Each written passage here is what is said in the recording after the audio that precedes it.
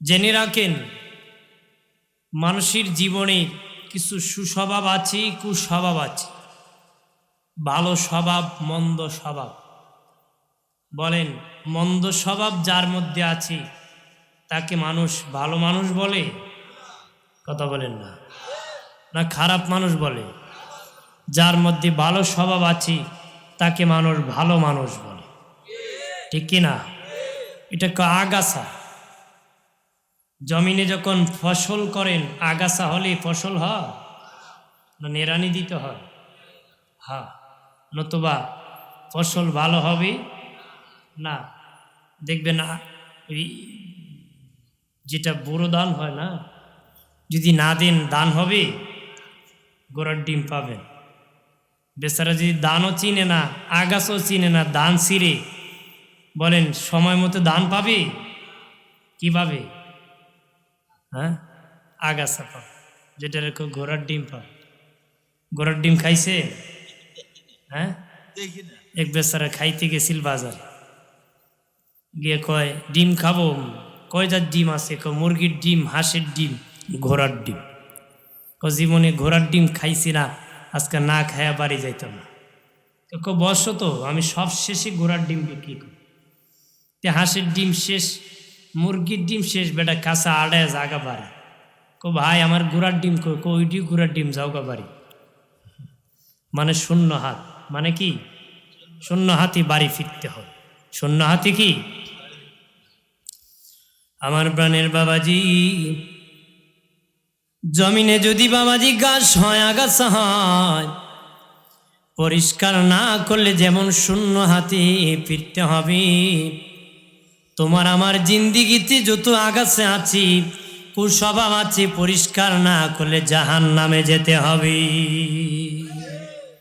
জাহান্নামে কি? গোড়ার থেকে উঠে ফেলে দিতে হবে আগাছা। এটা তাকলে দুজুগে যেতে হবে, কারণ কোনো নাপাকি বেহেশতে যাবে না। কোনো নাপাকি কি? নাপাক কি? আমার আল্লাহ বান্দা বান্দিকে বড় আদর করে বানাইছি।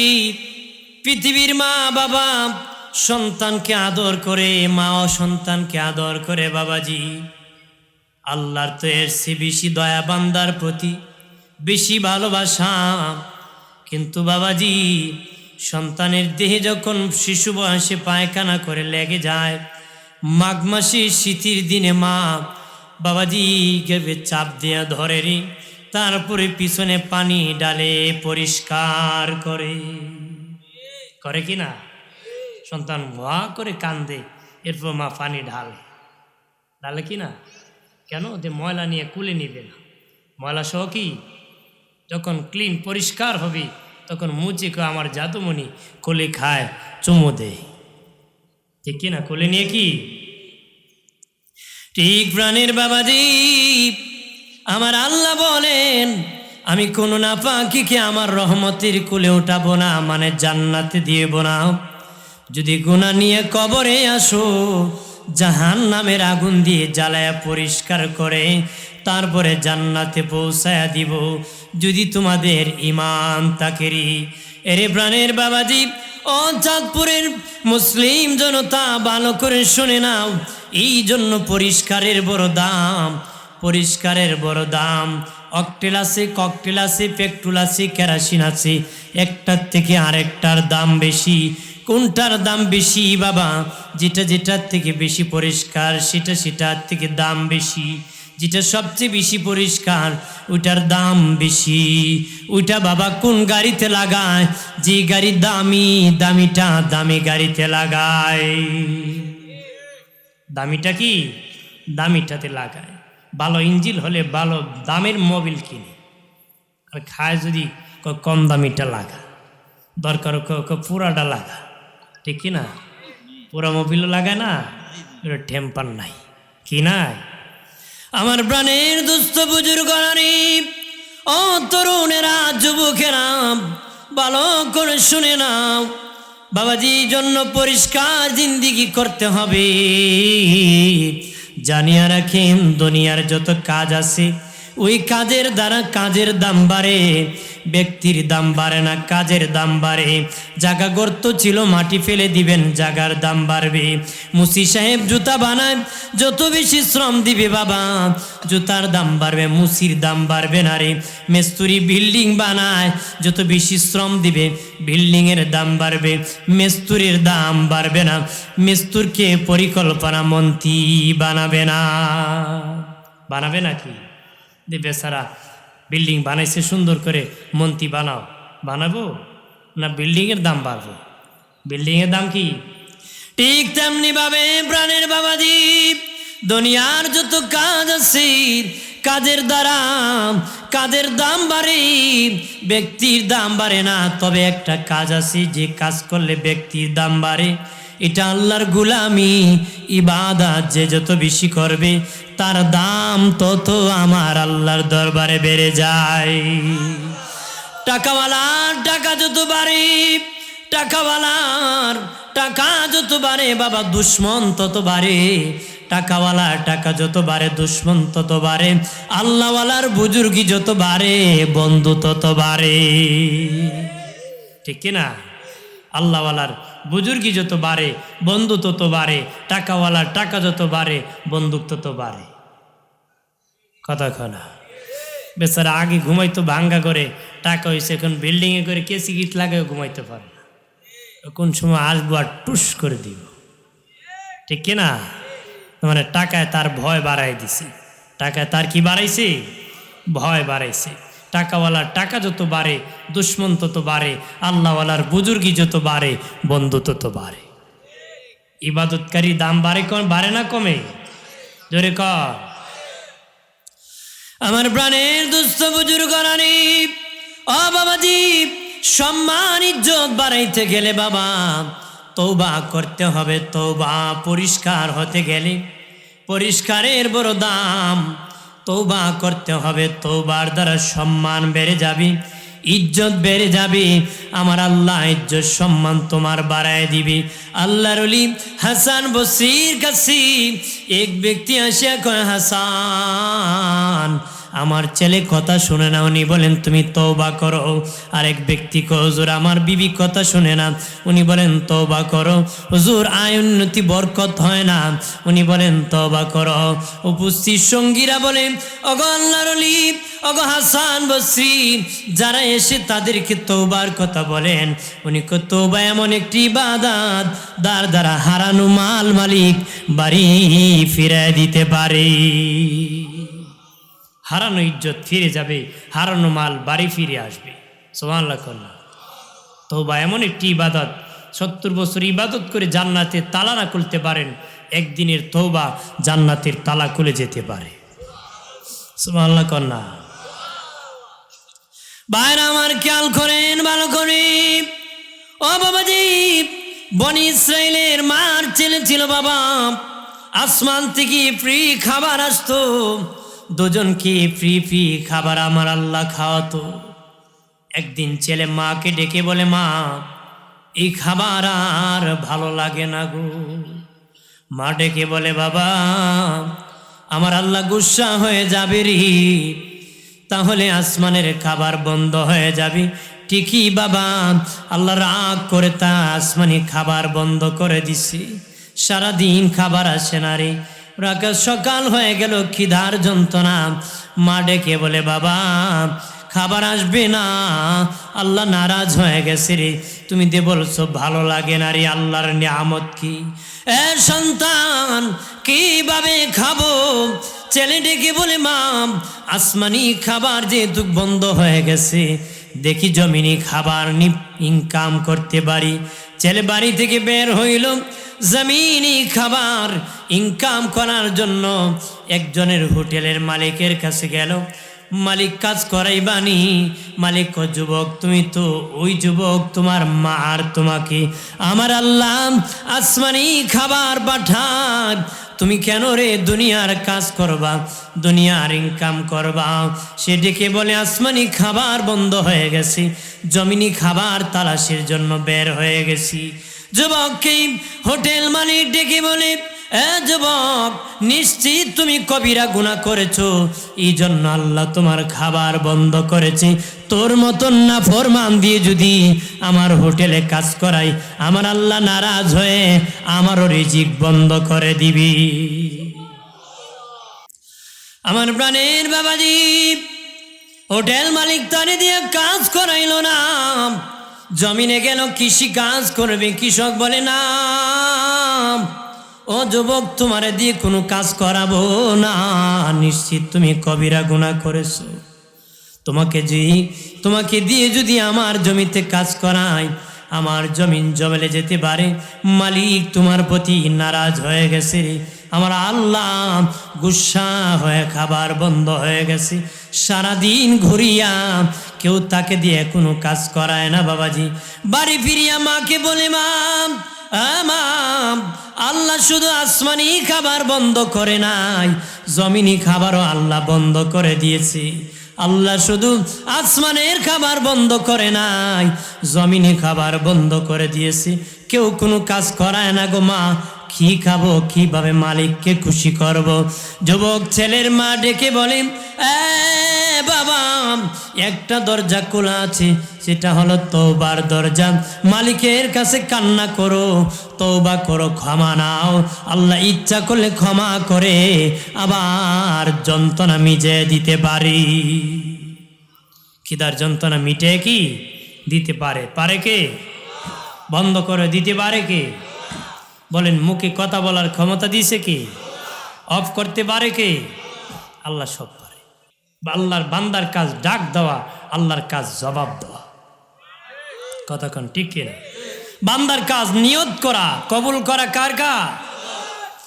আমার প্রাণের বাবাজি, ওই যুবক সেজদায় পড়ে কান্নায় ভেঙ্গে পড়ে গেল, ও মালিক আল্লাহ, মারাত্মক অপরাধ করেছি, ক্ষমা করে দাও গো আল্লাহ, মাফ করে দাও, ভুল করেছি। কান্না করতে করতে শুনে তার ঘরের সামনে মানুষের মতন কে জানি কথা বলতেছে। বের হয়ে দেখে বাবা, একটা গরু দাঁড়াইয়া মানুষের মতন কথা বলে। যুবক, ঘর থেকে বের হ, আমার জবাই করে গোস্ত পাকায় খা। ওই যে ভাই গরু ছিল বাবাজি, ওই গাভী ছিল বনি ইসরাইল আরেক যুবকের মালিক দাবিদার বাবা। সে নিজে সাবান দিয়ে গোসল করাতো গাভীকে, কাপড় পরাতো। ও তার গাভী তার বাড়ি হাজির হয়ে গেছে, যুবকের বাড়ি। মানুষের মতন কথা বলে আর বলে, এ যুবক বের হ, আমাকে জবাই কর। তখন ওই যুবক ডেকে বলে, গাভী, আমি তো তোর মালিক না রে, কিভাবে তুই আমার জন্য হালাল হবে? গাভী বলে, যুবক তোর জন্য আমি হালাল, তুই আমাকে জবাই কর। সে ভেবে নিল আল্লাহর কুদরত। গাভী জবাই করিয়া গোস্ত পাকালো, গাভীর চামড়া বারান্দায় ঝুলন্ত রাখলো। ওই গাভীর মালিক খুঁজিয়া বিকাল বেলা আসিয়া দেখি ওই যুবকের বাড়ির বারান্দায় গাভীর চামড়া ঝুলন্ত আছে। যুবক রে, তুমি আমার গাভী জবাই করেছ? হ্যাঁ জবাই করেছি। তোমার গাভী আমাকে বলেছে আমি আমার জন্য নাকি সে হালাল, সে কথা বলেছে, এই জন্য আমি তাকে জবাই করে দিয়েছি। তখন যুবক ডেকে বলে, গাভীর মালিক ডেকে বলে, যুবক বহুদিন ধরে আমি গাভী লালন পালন করি, সাবান দিয়ে গোসল করাই, আমার গাভীকে কাপড় লাগাই রে, কোনো দিন আমার সাথে কথা বলে নাই। মিথ্যা কথা কেন বলো রে? আমার গাভী তোমার সাথে কথা বলেছে। যুবক বলে, কসম আল্লাহর, আমি মিথ্যা কথা বলি নাই, তোমার গাভী কথা বলেছে রে। চলো রে, দাউদ নবীর যুগ ছিল, হযরত দাউদ আলাইহিস সালামের কাছে চলে যাওয়া হলো। যাওয়ার পরে নবীর কাছে পুরা ঘটনা খুলে বলা হলো। নবী বললেন, বাবা গাভীর মালিক, এটা আল্লাহর কুদরত, তুমি ক্ষমা করে দাও, দাবি মাফ করে দাও। সে ডেকে বলে, আপনি পয়গম্বর হয়ে বিশ্বাস করেন নাকি গাভী কথা বলতে পারে? এই বলতে বলতে জিবরিল আমিন আসিয়া দাউদ নবীকে ডেকে বলে, নবী ওই যুবককে জিজ্ঞাসা করেন সে কি অরিজিনাল গাভীর মালিক নেই, তার জিজ্ঞাসা করেন সে কি তার মনিবকে খুন করে নাই। তার বর্তমান বাড়ি, যত সম্পদ আছে, যেই গাবি আছে, এটা কি তার মনিবের ছিল না? সে কি তার মনিবের বাড়ি গোলাম কি ছিল না? সে তো তার মনিবকে হত্যা করিয়া বাড়িঘর দখল করেছে, ওই গাবিকে দখল করেছে। জিবরিল আমিন বলে দে নবী, ও একটা খুনি, খুনের বদলা খুন। সে আরেকজনের মাথা উড়ায় দিছে, তার মাথা উড়ায় দেন। আমার প্রাণের বাবাজি, খেয়াল করেন ভালো করে, ও প্রাণের বাবাজি, তখন তার মাথা উড়ায় দেওয়া হলো। আর দাউদ নবী যুবকের গলায় ধরিয়ে কই, যুবক, এই গাবি তো তোর বাবার ছিল, সম্পদ তোর বাবার। সে যে বাড়িতে থাকে এটা তোর বাবা, তোর বাবার বাড়িতে সে গোলাম ছিল রে। তোর বাবাকে হত্যা করিয়া সম্পদের মালিক হয়েছে, তোদেরকে নিরুপায় করে দিয়েছি, নিঃস্বয় অসহায় বানিয়ে দিয়েছি। আর এই গাবি ছিল তোর বাবার। তবে রে যুবক, কোন আমল করেছো? হারানো সম্পদ, গরু তোমার বাড়ি ফিরে এসেছে, হারানো সম্পদ ফিরে পেয়েছো। যুবক ডেকে বলেন, ওগো আল্লাহর পয়গম্বর, আমি তওবা করেছি গো, তওবা করেছি। তওবার কারণে আমার হারানো মাল গাবি আমার বাড়ি হাজির হইছে, হারানো সম্পদ আমার আল্লাহ ফিরে দিছে। আরো জোরে বলি। আমি বলে যাই, চাঁদপুরের মুসলিম জনতা, যে যে ঘাটে আটকা পড়ে আছো বাবা, তওবা করে নাও। তওবা করলে সে ঘাট পার হয়ে যাবে, মালিক খুশি হয়ে যাবে, সহযোগিতা করবি। আমার আল্লাহ যদি তোমার জন্য হয়ে যায়, আল্লাহর সব তোমার জন্য হয়ে যাবে রে। আল্লাহ যদি তোমার জন্য হয়ে যায়, আল্লাহর সব তোমার জন্য হয়ে যাবে। খলিফা হারুন রশিদ তার দাসীরে বড় আদর করতো, লোকেরা বদনাম রটালো, খলিফা তার দাসীরে আদর করে। খলিফা লটারি দিল, যারা বদনাম রটালো তাদেরকে ডাকলো, স্বর্ণের পেয়ালা, বাবাজি হীরার পেয়ালা, রূপার পেয়ালা, টাকার থলি রেখে বলল, আমি 1 2 3 বলবো, যে যেটা ধরবা আগে সে সেটার মালিক হবা। দাসীরে ডেকে বলে, দাসীরে, এ দাসী, তুমিও যেটায় ধরবা সেটার মালিক হবা। খলিফা 1 2 3 বলেছে, কেউ স্বর্ণের পেয়ালাতে ধরেছে, হীরার পেয়ালাতে ধরেছে, টাকার তলিতে ধরেছে, আর দাসী খলিফার কাপড়ে ধরে বসে আছি। কে ধরে বইছে? কাপড়ে ধরে বইছে। হারুন রশিদ ডেকে বলে, দাসী রে, আমার দাসী, তোমার কাছে স্বর্ণের পেয়ালা ছিল, তুমি ধরলা না কেন? কয়, বাদশা শুনেন, আপনি বলেছেন যে যেটা ধরবে সে সেটার মালিক হবে। আপনি বলেন না শুধু স্বর্ণের পেয়ালা আর হীরার পেয়ালা, বলেছেন যে যেটায় ধরবে সে সেটার মালিক হয়ে যাবে। এই জন্য আমি আপনার কাপড়ে ধরেছি। আপনি যদি আমার জন্য হয়ে যান, আপনার সব আমার জন্য হয়ে যাবে। সামান্য টাকার তলে নিয়ে লাভ কি? এই জন্য সামান্য এই ঘরের জন্য আর জাগার জন্য কিলে কিলে করে লাভ কি? কতক্ষণ আপনার তো সামান্য 2 আঙ্গুলের জন্য মার্ডার করে ফেল করে কিনা? এক ভাই আরেক ভাই মাথায় বাড়ি মারে, 5 টাকার ভাড়ার জন্য হত্যা করে। কথা বলেন না, বেটা কামারে বিড়ি দিছে না, এই জন্য রাস্তায় হত্যা করে দিছে।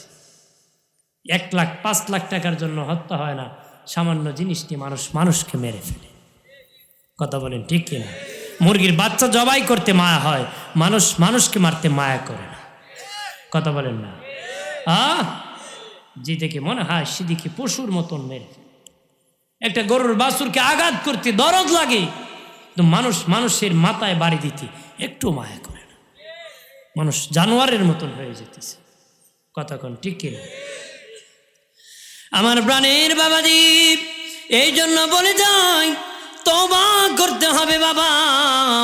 তওবা করলে বাবা জীবনের গুনাহ ক্ষমা হয়ে যাবে, মালিক খুশি হয়ে যাবে। আমার আল্লাহ খুশি হইয়া তোমার হারানো সম্পদ ফিরিয়ে দিবে, হারানো সম্পদ ফিরিয়ে দিবে রে। তওবা করতে হবে বাবা, ইস্তিগফার 6 প্রকার বাবা। শিরিক কুফর থেকে তওবা করা, কবিরা গুনাহ থেকে তওবা করা, সগীরা গুনাহ থেকে তওবা করা, মাকরু গুনাহ থেকে তওবা করা বাবাজি। ভুল করার পরে তওবা করা, এক স্তর থেকে আরেক স্তরে ওঠার পরে তওবা করা।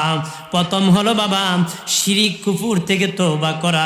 ওই তওবার দরজা হলো তামাম দুনিয়ার যত কাফির বেদিন আছে বাবা, তাদের জন্য ইসলামে ঢোকার দরজা খোলা আছে বাবা। তারা যখন কালেমা পড়বে ওই তওবা শিরিক কুফর থেকে হয়ে যাবে, জীবন পরিষ্কার হয়ে যাবে, জান্নাতের মেহমান হয়ে যাবে। এই মাইকের আওয়াজ যারা শুনতেছেন, অন্য ধর্মের আছেন, আমার আওয়াজ যারা শুনতেছেন, আমি দাওয়াত দিতেছি কালেমা পড়েন, মুসলিম হয়ে যান। আমি কথা দিতেছি যদি কালেমা পড়তে পারেন অতীত জীবনের গুনাহ মাফ হয়ে যাবে, একদিন হলো জান্নাতের মেহমান হয়ে যাবারই। নবী বলেছেন কালেমা পড়তে দেরি, গুনাহ মাফ হতে দেরি নাই। কতক্ষণ ঠিক কি না?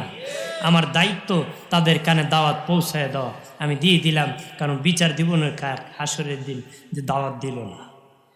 বহু বিধর্মী আলেমের নামে মামলা দিবে আদালতে আল্লাহর কাছে। আমার দেশে বহু হিন্দু বাড়ি আছে, কেউ তাদের কাছে দাওয়াত পৌঁছায় নাই। কতক্ষণ ঠিক কি না? দিছেননি দাওয়াত, বায়াত করছেন, চা খাইছেন, আড্ডা দিছেন, ডিগবাজি করছেন, কিন্তু কালেমার দাওয়াত দেন নাই। কতক্ষণ ধরা খাবেন? কি খাবেন? আমার প্রাণের বাবাজি, এলাকার যারা শুনতেছেন শুনেন, কালেমা পড়েন, মুসলিম হয়ে যান। এই মুসলিম হতে দেরি, যদিও মরে যান কালেমা পড়ে মরতে দেরি, জান্নাত দেখতে দেরি নাই।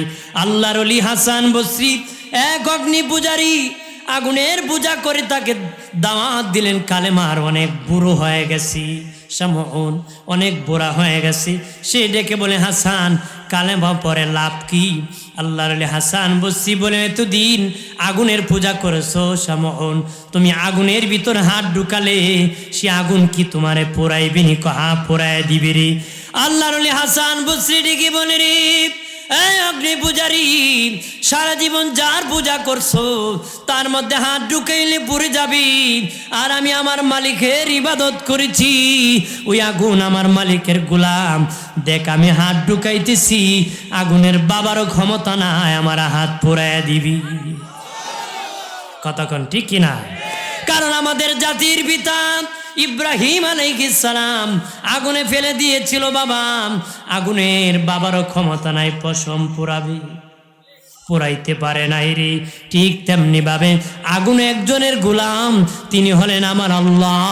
তুমি আমি যদি আল্লাহর গোলাম হতে পারি, আগুনের বাবারও ক্ষমতা নাই তোমাকে আমাকে পোড়াবে। আল্লাহর ওলি হাসান বসরি আগুনে হাত ঢুকা দিছে বাবা, হাত পড়ে নাই।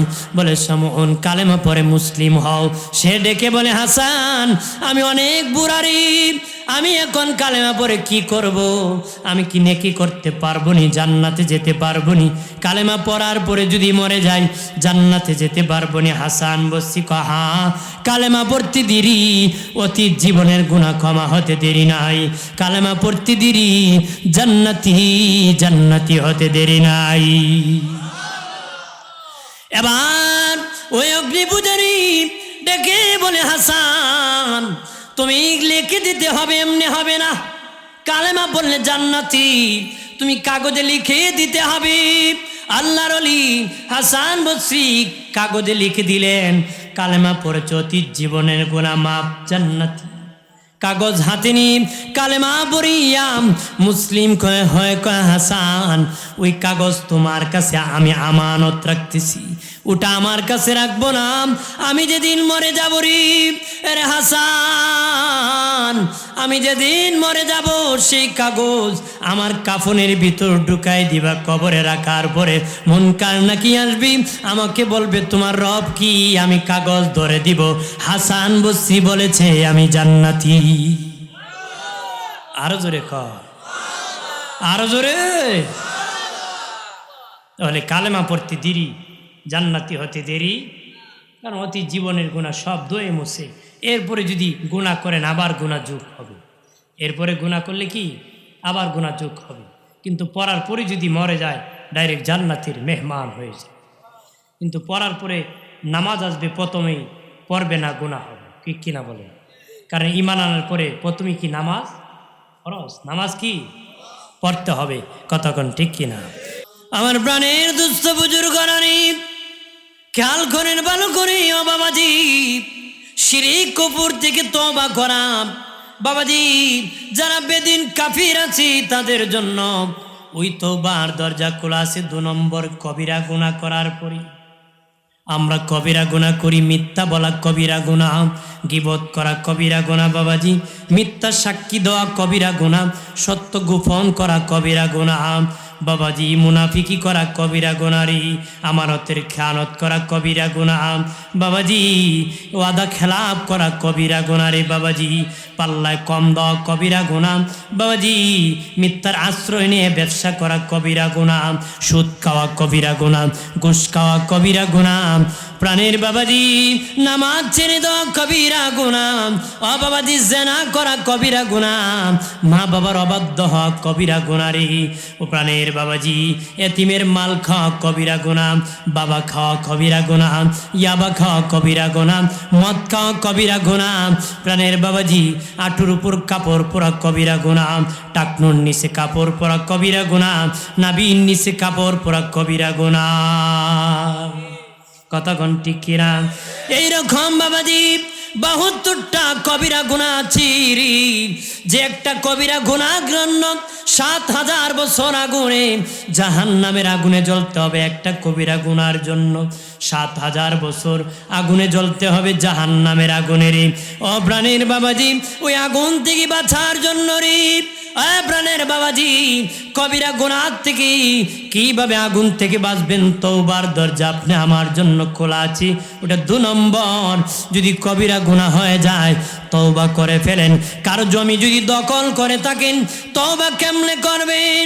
জমি যদি দখল করে থাকেন বাবা, আপনি যদি আপনার চাচাতোবার হাফ ইঞ্চি জমি দখল করেছেন, তারপরে কাবা ঘরের সামনে যেয়ে বলে আল্লাহ আমি তার জমি এনেছিলাম ক্ষমা করো, আল্লাহ তোর জীবন আমার কাবার সামনে কাঁদলো, আমি তোরে ক্ষমা করব না রে, যতক্ষণ তার জায়গা ফিরে দিবে না ততক্ষণ আমি ক্ষমা করতে পারবো না রে, ঠিক কিনা বলে? বেটা হারা জীবন খাইয়া একবারে ভালোই জীব গেছে গা হজ, কতক্ষণ আছে কিনা? আমার আল্লাহ বলেন এ প্রাণের বাবাজি বলে যায় 50 বছর যদি পীরের দরবারে জিকির করো, 70 বছর যদি কাবা ঘরের সামনে কান্না করো রে, আর মানুষের পাওনা আদায় না করো, মানুষের হক নষ্ট করো রে, আমার আল্লাহ বলেন আমি তোর দোয়া মুনাজাত তওবা কবুল করব না রে। মানুষের হক আদায় করিয়া ওই যে আদায় করো না, আগে ভুল করেছিলাম, এটার জন্য ক্ষমা চাইলে আমি ক্ষমা করে দিব। আর জোরে বলে, কারো কাছ থেকে টাকা ছিল বাবা, পাওনা ছিল আদায় করতে হবে রে, জাগার পাওনা আদায় করতে হবে, কথার পাওনা আদায় করতে হবে, কথার আমানত খেয়ানত করছেন যদি করে থাকেন ক্ষমা নিতে হবে, গীবত করেছেন তার কাছ থেকে মাপ নিতে হবে, গীবত করে তওবা আল্লাহ কবুল করে না রে। একজন বলেছিল এই কথাটা গোপন করিও, গোপন করেন না, এই গ্রামে গ্রামে বলেছেন কেউকে বলিও না, কাউকে বলিও না, উনি নিষেধ করেছে না বলতে বলতে বলতে সারা গ্রাম বলেছেন, খেয়ানত করেছেন, কথার আমানত নষ্ট করেছেন, জাগার আমানত নষ্ট করেছেন, টাকার আমানত নষ্ট করেছেন। এ প্রাণের বাবাজি এই জন্য বাবা যার করেছেন তার কাছ থেকে ক্ষমা নিতে হবে। সুদ খেয়ে বাবা লক্ষ লক্ষ টাকার মালিক হয়েছেন বাবাজি, তারপরে কান্না করে লাভ হয় নাই, লাভ হবে না। যার কাছ থেকে সুদ খেয়েছেন সুদের টাকা তার কাছে ফেরত দিতে হবে, নতুবা মালিক তোরে ক্ষমা করবে না রে, জাহান্নামে যেতে হবে, জাহান্নামে যেতে হবে রে, মালিক তোরে ক্ষমা করবে না রে। হাসরের মাঠে বাবাজি 3 পয়সার বিনিময় 700 রাকাত নামাজ আমল নামাজ থেকে কেটে নেওয়া হবে রে। 3 পয়সা যদি কারো কাছে কেউ পাওনা থেকে তার কাছ থেকে 700 রাকাত নামাজ কেটে নেওয়া হবে। দয়াল নবী বলেছেন সাহাবীরা রে সাহাবীরা দুনিয়ায় ধনীকে গরিবকে, সাহাবীরা বলেন যারা সম্পদ আছে তারা ধনী, যাদের নাই তারা গরিব। নবী বলেন আখিরাতের ধনীকে, আখিরাতের গরিবকে। তারা বলে আখিরাতের যাদের নেকি আছে নবীজি তারা হলো ধনী, যার নেকি নাই তারা হলো গরিব। নবী কয় না বাবা সাহাবীরা, হাসরের দিন সবচেয়ে গরিব হবে ওই ব্যক্তি যার হজের সওয়াব আছে, যাকাতের সওয়াব আছে, উমরার সওয়াব আছে, মসজিদ বানানোর সওয়াব আছে, দান করার সওয়াব আছে, অনেক সওয়াব আছে, সুবহানাল্লাহর সওয়াব আছে, যাকাতের সওয়াব আছে, আল্লাহু আকবারের সওয়াব আছে, মেহমানদারি করার সওয়াব আছে, কিন্তু মানুষের পাওনা দিত না, মানুষের হক নষ্ট করেছে, সে হাসরের দিন সবচেয়ে বড় গরিব হয়ে যাবে। কেমনে হবে জানেন? একটা উদাহরণ দিলে বুঝবেন। আপনার এলাকায় এক লোক সুদের উপর 1 লাখ টাকা নিছে, 100 মণ দান দিব। কয় সমান? এবার দান করছে, কিন্তু হইছে দান 90 মণ। কয় মণ? 90 মণ। এখন তো দ্বিতীয় কয় মণ? 90 মণ দেওয়ার পরে আর 10 মণ পাওনাদার আছে। এবার আইসে কয় আমারে দেও, কিন্তু 90 মণের স্তূপ ঘিলা, অনেক বড় স্তূপ করছে। কি করছে? করে কি রইছে না দিয়ে দিছে? পরে এক বেটায় কয় আমার তো আরো 10 মণ আছে। তখন ভাই আমার তো দান নাই। দান নাই তো আমরা কি করবো? আগলা কয় আর গরু ডালো, এগুলো লাঙ্গল জলটা সহ লইয়া যা। কথা কোন ঠিক না? আপনি কোন পাশের ঘরের লোক দানই করছে না, যে লোকটা দান করছে না হে বেশি ক্ষতিগ্রস্ত, না যে দান করছিল মানুষকে দিয়ে দিছে হে বেশি ক্ষতিগ্রস্ত? যে করছে মানুষকে দিয়ে দিছে হে বেশি ক্ষতিগ্রস্ত। যে করে নাই এবার আইসি কি আর যাইতুই কি? কথা কোন ঠিক না? ঠিক তেমনি ভাবে প্রাণের বাবাজি হাসরের মাঠে নেকি আছে পাওনা দেয় না, তার কেমনে বাবা লস হবে জানেননি? লোক আসিয়া খুব আল্লাহ আমি তার কাছে পাইতাম, আমি নতুন দোকান দিয়েছিলাম, শুধু বাকি মারছে। আছে না? ওরা নতুন দিছে বুঝে না, আর এক সালাক মালে খালি খাইছে। দোকানের সালান নাই, ও নাই। এরপরে ভাই আমার টাকা দিতে না, কত টাকা না দিয়ে আমি মরমু। বুঝা যায় 100 বছরের টিকিট আনছে। কথা খোনা আছে কি না? আগে তো সালাম দিত, এখন বাড়ি সালাম দেওয়া পাওয়া যায় না। আছে না? আপনার টাকা যখন ধার নেয় দেখবেন খুব কাকুতি মিনতি করে ফিট মালিশ দেন, পরে হেরে বাড়ির সালাম দিয়ে আপনি পাইতেন না। আছে না? পরে সম্পর্ক নষ্ট, অভাব নাই। কথা কনা মিথ্যা বলছি? এরকম আছে। বাইরে আমার খেয়াল করেন ভালো করে, আল্লাহ বলবেন এ গুনাহগার তুমি তার পাওনা আদায় করো, তার দিয়ে তুমি টাকা নিয়েছিল দেও নাই। সে বলবে আল্লাহ গো ও মালিক, টাকা সম্পদ তো আমার ছেলে মেয়েকে দিয়ে এসেছিলাম, কিছুই কবরে আনি নাই। আল্লাহ বলবেন না না, এই হাসরের মাটি টাকা দি টাকার মূল্য দেওয়া হবে না, নেকি দিয়া টাকার মূল্য দিতে হবে, ঋণ দিতে হবে। কেমনে দেওয়া হবে? 3 পয়সার বিনিময় 700 রাকাত নামাজ কেটে নেওয়া হবে। প্রথম নফল কাটা হবে, তারপরে সুন্নত কাটা হবে, তারপরে ওয়াজিব কাটা হবে, তারপরে ফরজ কাটা হবে। ফরজ কাটার পরে আরেকজন আসিয়া কইব আল্লাহ আমি চাঁদপুরের শহরের লেপের দোকানের লোক, মাঘ মাসে লেপ নিয়েছিল, টাকা দেয় নাই। আচ্ছা না এটা চৈত মাসে কি আর খবর আছিল নাকি?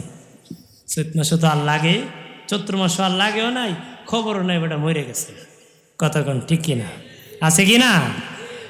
আমার আল্লাহ বলবেন তারে নেকি দাও, সে বলবে মালিক আমার কাছে তো কোনো নেকি নাই।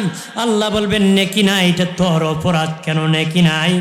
তাহলে লেপের দোকানের লোকের গুনাহ তোর আমল নামায় নিতে হবে, তার গুনাহ আমল নামায় নিয়ে তুই দুজকে যেতে হবে। মনে করেন লেপের দোকানের লোকের 80টা সওয়াব ছিল, 100টা গুনাহ ছিল বাবাজি, সে জাহান্নামী ছিল। কিন্তু হাসরের মাটি পাওনা থাকার কারণে তার কাছ থেকে তার গুনাহ 30টা নিয়ে গেছে, এবার তার নেকি 80টা, গুনাহ 70টা হয়ে যাবে জান্নাতি।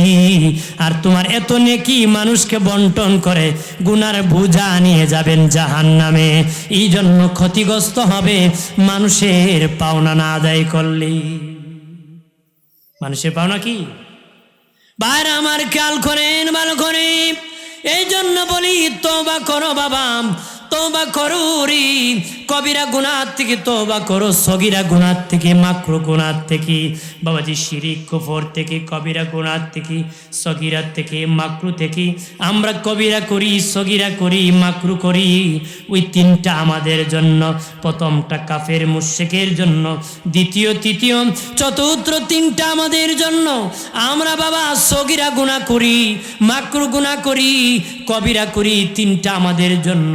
পঞ্চম হলো বাবা, বাবাজি ভুল করার পরে তওবা করার। এটা কার তওবা? এটা অন্য নবীদের তওবা, আমাদের নবী না। অন্য নবীদের তওবা, নবীগণ ভুল করতেন। কেমন ভুল? আমাদের মতন ভুল না বাবা। আমরা ভুল করে করে পিছপাও হই। আদম নবী ভুল করার আগে ছিল আব্দুল্লাহ, ভুল করে তওবা করে হইছে নবিউল্লাহ। আরো জোরে কন্যা। আদম নবী ভুল করার আগে ছিল আল্লাহর বান্দা। 350 বছর পরে যখন তওবা করেছে, আল্লাহ কে আদম এতদিন ছিল তুমি আব্দুল্লাহ, তুমি এখন নবিউল্লাহ, তোমাকে আমি নবুয়তি দান করেছি। তাহলে ওনার প্রমোশন হয়েছে। ওনার ভুল করে কি? আমাদের ভুল করে ডিমোশন হয়। মনে করেন ইমাম সাহেব এশারের নামাজ শুরু করছে, 2 রাকাত পরে বসতে হয়, কিন্তু ইমাম দাঁড়ায় গেছে, মুকসুল্লি লোকমা দিয়ে বসাইছে। ইমামের উচিত কি? হ্যাঁ, 2টা সেজদা কি বেশি দিব। আপনার কোন যদি ইমাম ভুল না করতো, যেমন নামাজ তেমনই থাকতো। কিন্তু ভুল করার কারণে 2 সেজদা বেশি দিয়া সব বাড়ছে না কমছে? বাড়ছে। ইচ্ছা করে বাড়াইছে না ভুল কইরা? ইচ্ছে। তাহলে কালকে আপনার ইচ্ছে করে লাগাইলে দেখা না, মানে ভুলে। এই জন্য নবীগণ এমন ভুল করতেন যে ভুলে তাদের প্রমোশন হতো। নবীগণ এমন ভুল করতেন কি প্রমোশন হতো, এক সওয়াবের দ্বারা আরেক সওয়াব কামাই করতেন। আরো জোরে কর।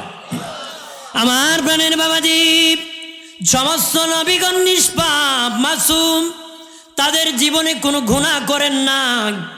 যারা নবীদেরকে গুনাহগার বলে বাবা, তারা নবীকে নবী স্বীকার করে না। কারণ আল্লাহ বলেন আমি কোনো গুনাহগারকে নবী বানাই না রে, আমি কোনো গুনাহগারকে নবী বানাই না। গুনাহগার হলে নবী হবে না, নবী হলে গুনাহগার হবে না। সব নবী আজীবন নিষ্পাপ, তাদের জীবনে গুনাহ নাই। বাবাজি অন্য নবীগণ ভুল করতেন, ভুল করার পরে তওবা করা, 6 নম্বর এক স্তর থেকে আরেক স্তরে ওঠার পরে তওবা করা। আমাদের দিনে নবী বলেন আমি ভুলও করি না রে, আমি ভুলও করি না। আমার আল্লাহ মাঝে মধ্যে আমারে ভুলায় দিত। আমার উম্মত ভুলে গেলে সংশোধন কেমনে পাবে সেটা শিখার জন্য আমার আল্লাহ মাঝে মধ্যে আমারে ভুলায় দিত রে। নবী আমি ভুলও করি না। এরপর হাদিসে এসেছে নবী 70 থেকে 100 বার দৈনিক তওবা করতেন, ইস্তিগফার করতেন। কেন করতেন জানেননি? একটা ব্যাখ্যা হলো, অনেক ব্যাখ্যা আছে।